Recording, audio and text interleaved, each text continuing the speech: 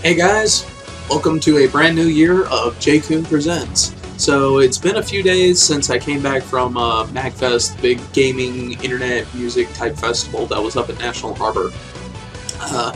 So this video here is pretty much, it's going to be kind of your standard con report with a few little things thrown in. I'm going to go over what I saw, what I would have liked to have seen, pros, cons. I'm going to do my shoutouts like I usually do.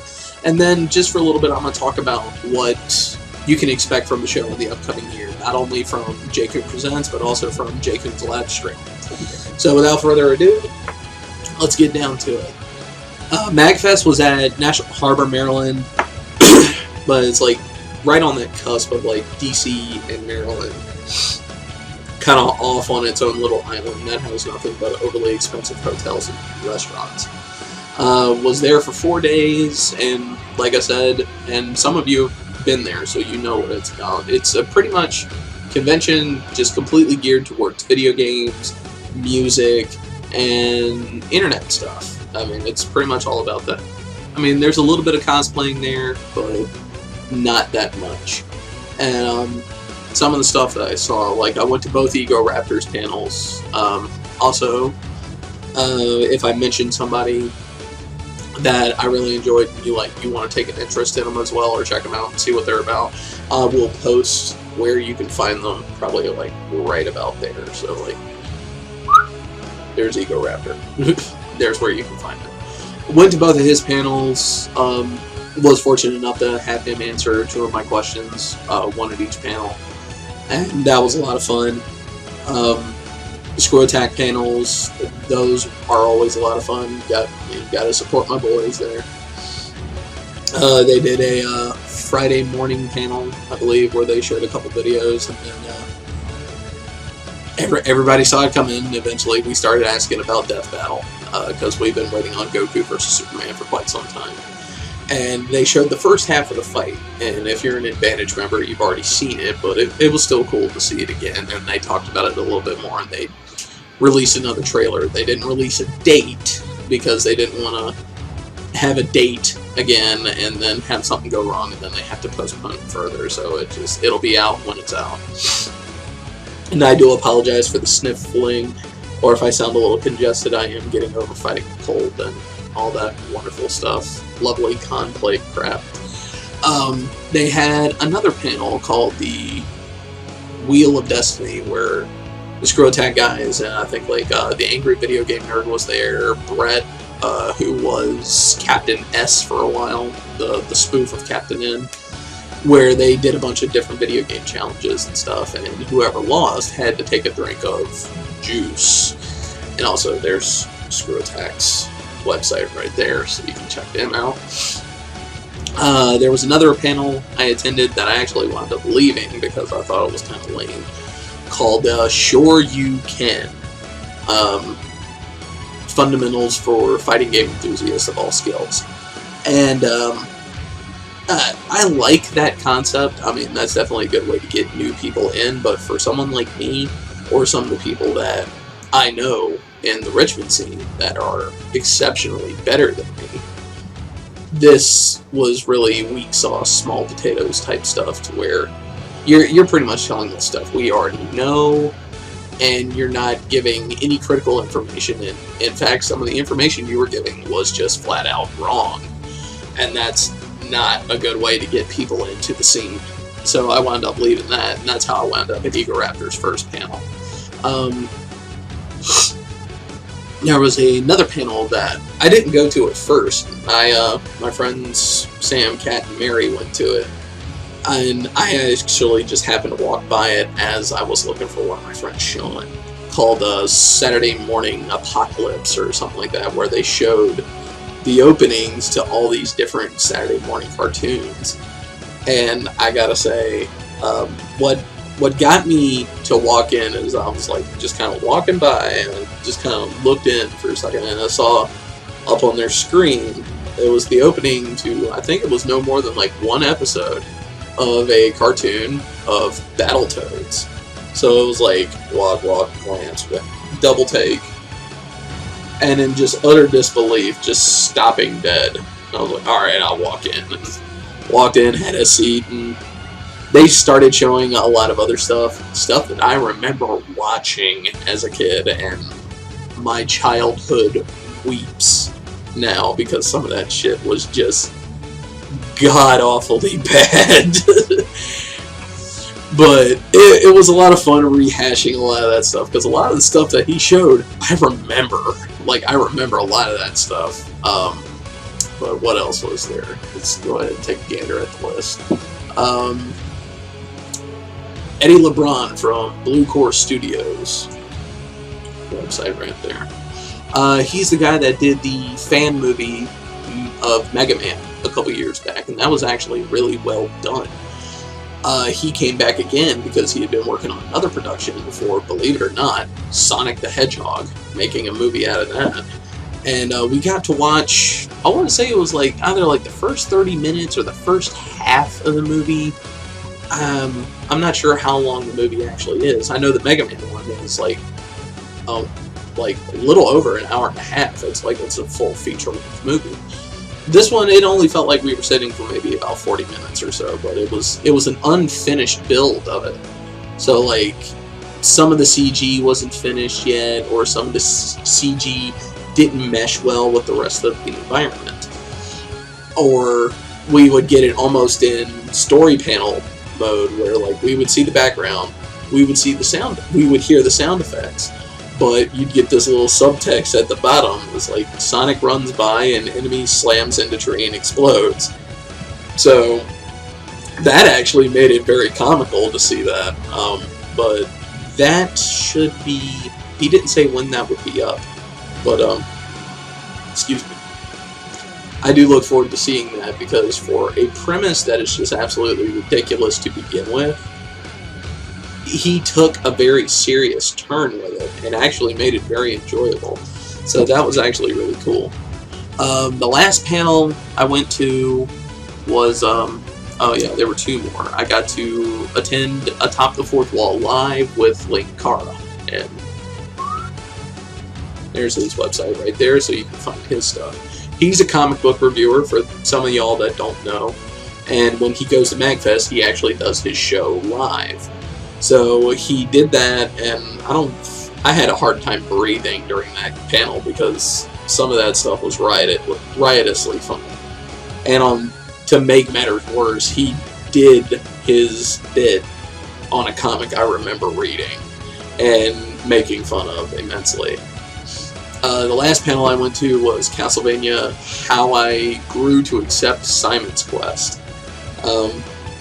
Those of you not well versed in Castlevania, Simon's Quest is the second game out of the entire Castlevania line, and it's notoriously known for being the worst.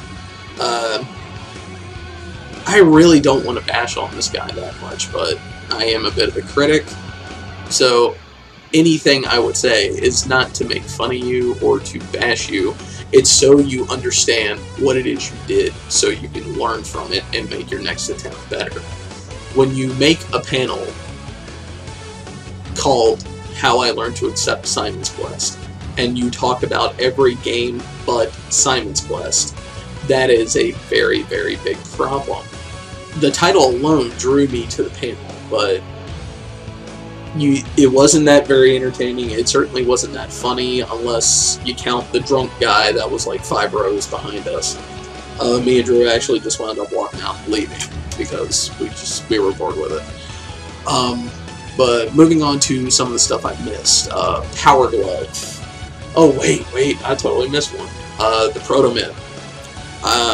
Got to see the Proto-Man for the first time ever. I had heard a lot about this group, and this was my first time seeing them. And I only got to catch about 2 songs, but this is a group, I want to say it's about an 8 or 9 piece band that do this original rock music, telling the story of Mega Man in like this almost rock opera-esque type fashion.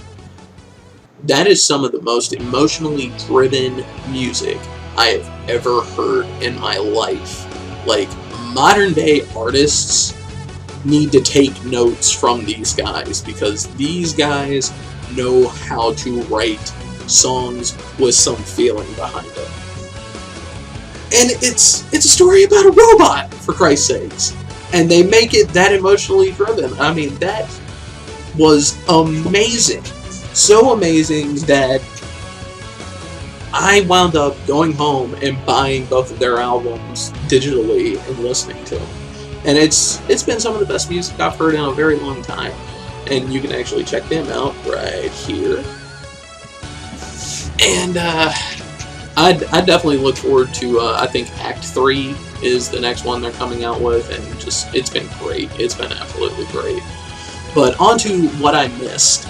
Power Glove was the next band that played after the Proto Man, that do like heavy metal versions of like video game music and themes to shows and stuff. I think one of the ones I heard from them, they did Power Rangers, which a heavy metal version of Power Rangers actually sounded pretty badass.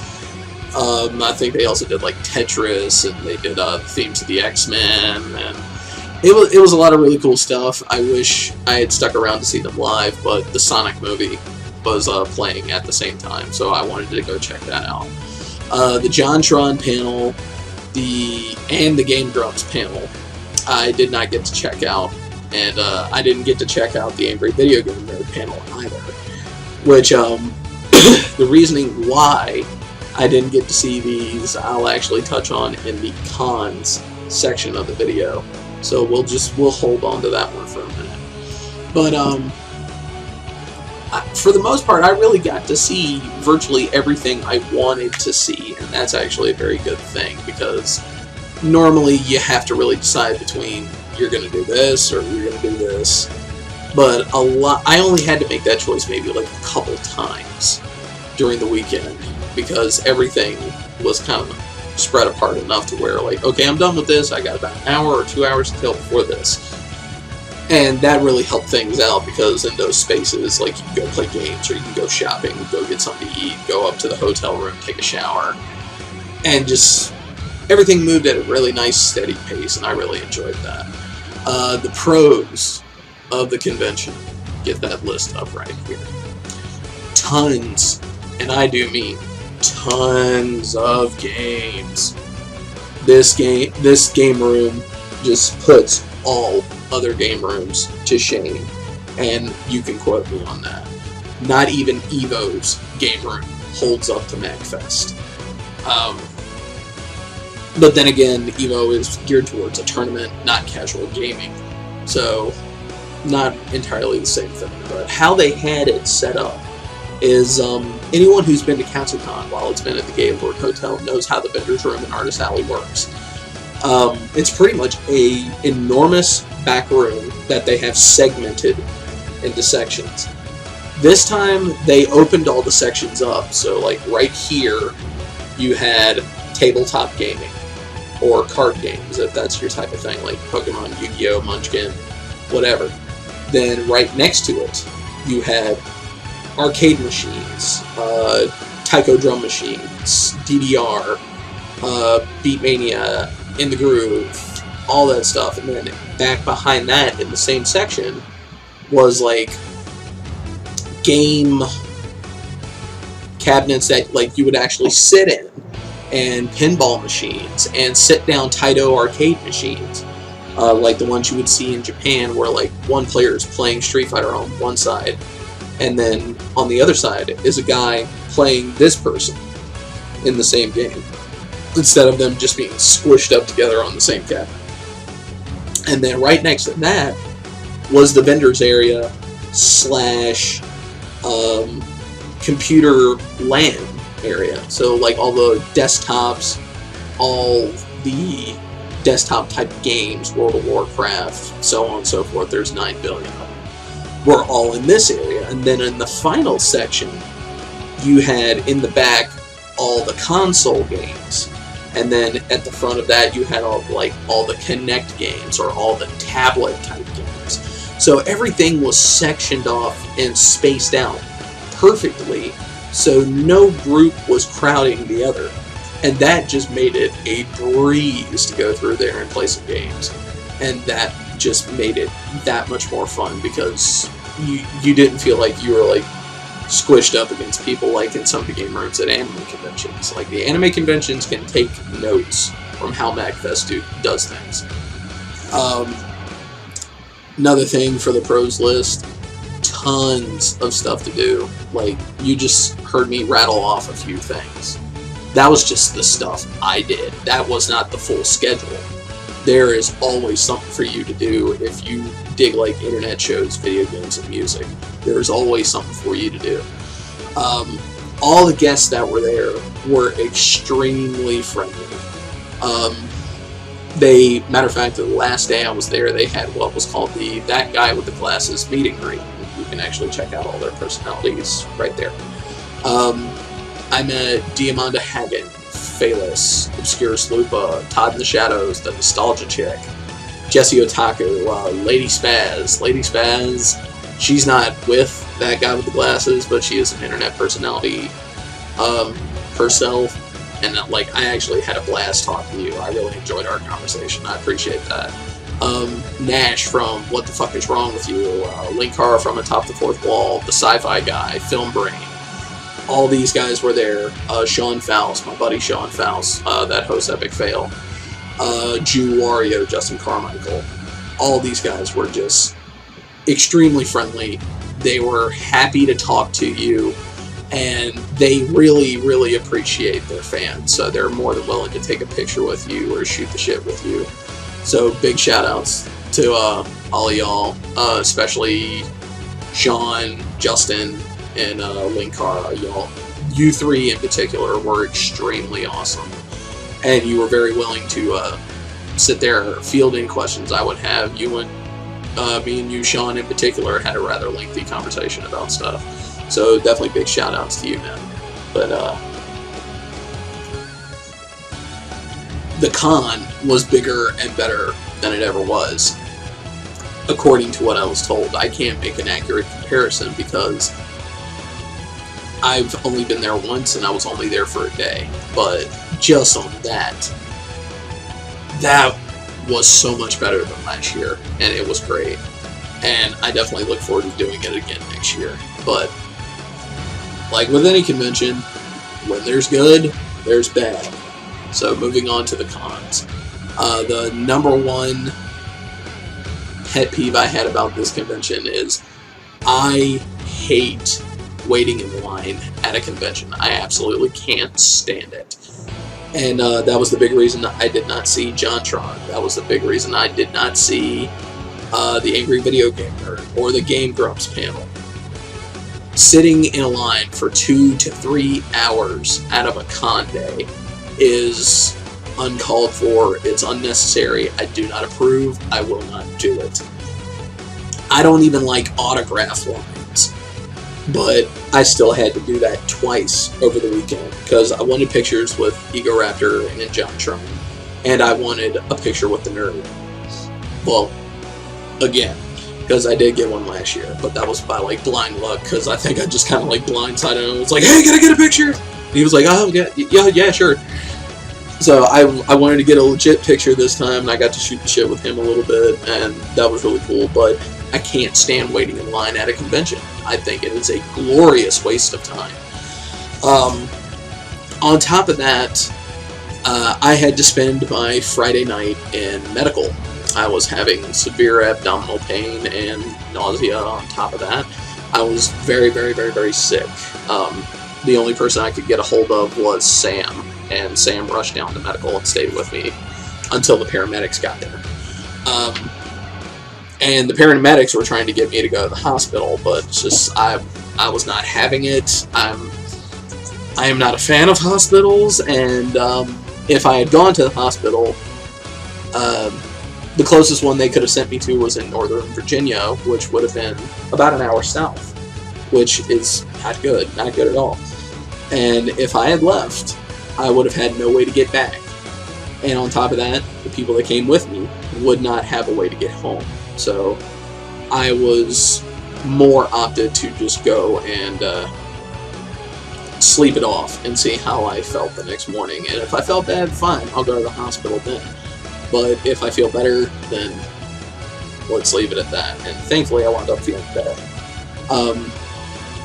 On top of that, I really don't mean this in a mean way, but I really do feel that certain scenes should stay out of other scenes. Like, I don't feel that certain scenes should mesh together, if that makes any sense. And this year, I really saw an oversaturation of MAGfest from the anime crowd.